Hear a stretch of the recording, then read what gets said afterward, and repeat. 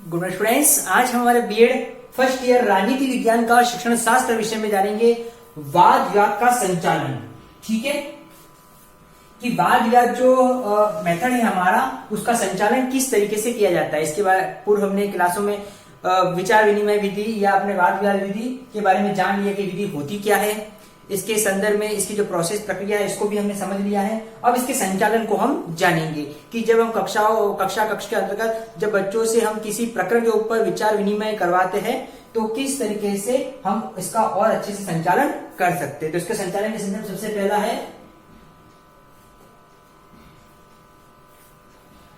पहला है वाद विवाद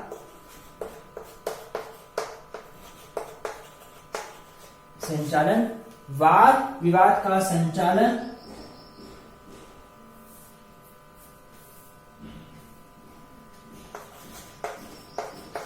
कक्षा अनुसार तैयार करना। ठीक है, वाद विवाद का संचालन है कक्ष के अनुसार तैयार करना चाहिए। क्लासरूम का एनवायरनमेंट वातावरण देखकर तैयार करना चाहिए और फिर उसमें किस तरह सम्मेलन करवाना है, किस तरह से विचार विनिमय करवाना है, इन सब बातों की हमको एक रूपरेखा बनानी होती है। इसके बाद सेकंड है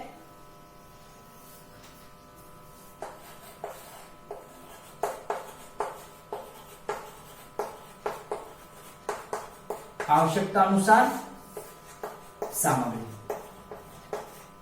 ठीक है, आवश्यकता अनुसार सामग्री। वाद विवाद के अंतर्गत या विषय में आवश्यकता अनुसार सामग्री यानी कि चार्ट, मॉडल या जो चित्र है अगर वो उपलब्ध हो तो उनका उपयोग करना चाहिए। तो आवश्यकता अनुसार सामग्री का भी इसमें ध्यान रखा जाना चाहिए अगर वो हो, क्योंकि इससे फिर जो विचार विनिमय है या वाद विवाद है उसका बेहतरीन तौर पर प्रदर्शन हो पाएगा। अगला है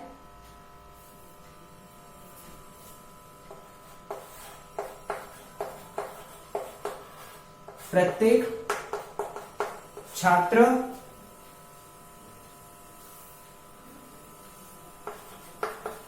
वाद विवाद में अपने भाग को अच्छी तरह से पूरा करें। इस बात से आश्वस्त होना, इस बात को समझना कि क्लासरूम के अंदर का जो प्रत्येक छात्र है जो इस वाद विवाद में भाग ले रहा है वो अपने भाग को अच्छी तरह से पूरा करे, यानी कि जो वो करने जा रहा है उसको वो बेहतरीन ढंग से कर सके। इस बात से हमको अवगत रहना होगा। अगला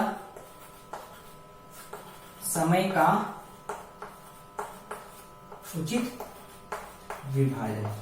वाद विवाद के लिए भी जरूरी है जो हमारा टाइमिंग है, टाइम मैनेजमेंट उसका भी उचित तरह से विभाजन करना, उस समय को पहले से अच्छे से निर्धारित करना, ये बात को डिसाइड करना कि किसको कितना समय देना चाहिए वगैरह वगैरह, इन सब बातों को स्पष्ट तौर पर रखना चाहिए। अगला है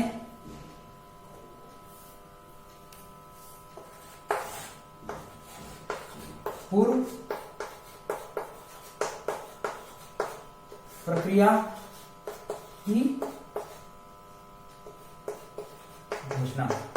वाद विवाद के अंतर्गत पूर्व प्रक्रिया है, उस पूर्व प्रक्रिया की घोषणा करनी चाहिए ताकि क्या होता है जो छात्र इसमें भाग लेने जा रहे हैं या ले रहे हैं वो अपनी योजना के अनुसार कार्य करेंगे, प्लानिंग करेंगे, उनके पास पहले से घोषणा होगी। ठीक है, तो पूर्व प्रक्रिया की घोषणा करनी चाहिए।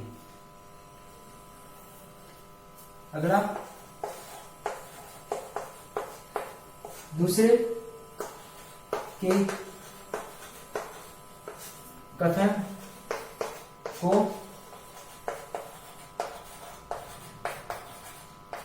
ध्यानपूर्वक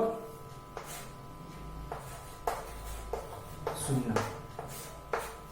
हमेशा दूसरों के कथन को ध्यानपूर्वक सुनना यानी कि उनको वैल्यू देनी चाहिए, उनको महत्व देना चाहिए, उनको सम्मान देना चाहिए। जो दूसरे बोल रहे हैं उसके कथन को भी ध्यानपूर्वक सुनना चाहिए। वाद विवाद के अंतर्गत आता है। उसके बाद नेक्स्ट है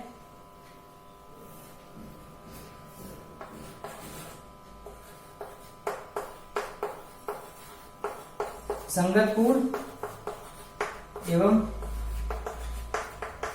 स्पष्ट बोलना।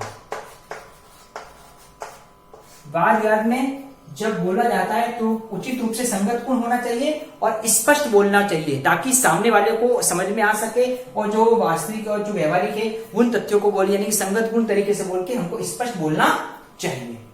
अगला है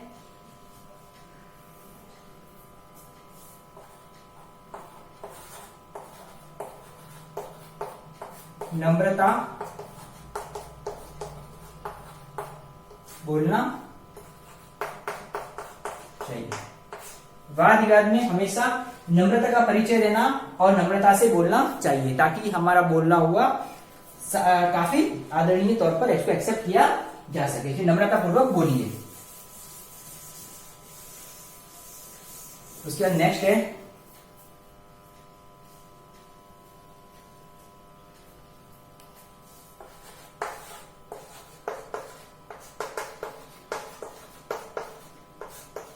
वाद विवाद में दूसरे के योगदान का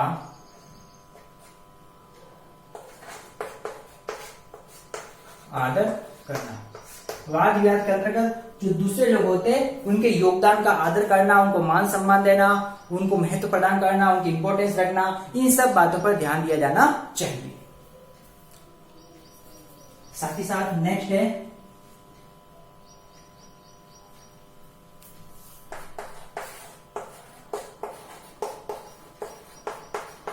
ईमानदारी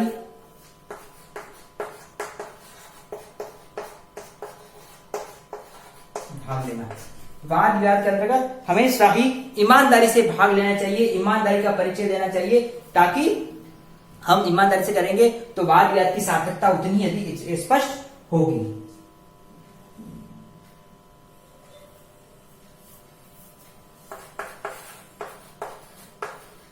अगला सुशील रहना चाहिए।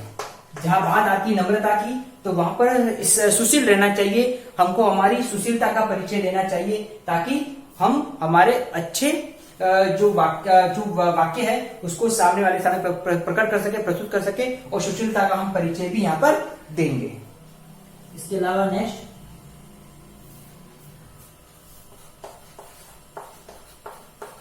सरल शब्दावली का प्रयोग। वाद विवाद में हमेशा ही सरल इजी शब्दावली का प्रयोग करें, ठीक है, सरल शब्दावली का प्रयोग करना चाहिए। इस तरीके से हम जान रहे कि वाद विवाद के संचालन में समय हमको इन मुख्य बातों का ध्यान रखना, कुल मिलाकर हमको सुशील, ईमानदारी का परिचय देना, दूसरों को सम्मान प्रदान करना, दूसरों की बात को ध्यानपूर्वक सुनना, ईमानदारी का परिचय देना, इन सब बातों को समझते हुए हम बेहतरीन वाद विवाद का संचालन कर सकते हैं और बच्चे भी इसका सही से अनुसरण करेंगे। तो इस तरीके से हमने आज क्लास में जाना कि वाद विवाद का संचालन किस तरीके से किया जाता है। अब इससे रिगार्डिंग आज का आपका असाइनमेंट होमवर्क है,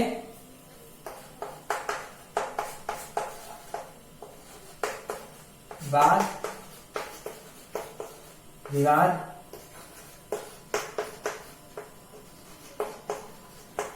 संचालन को स्पष्ट कीजिए।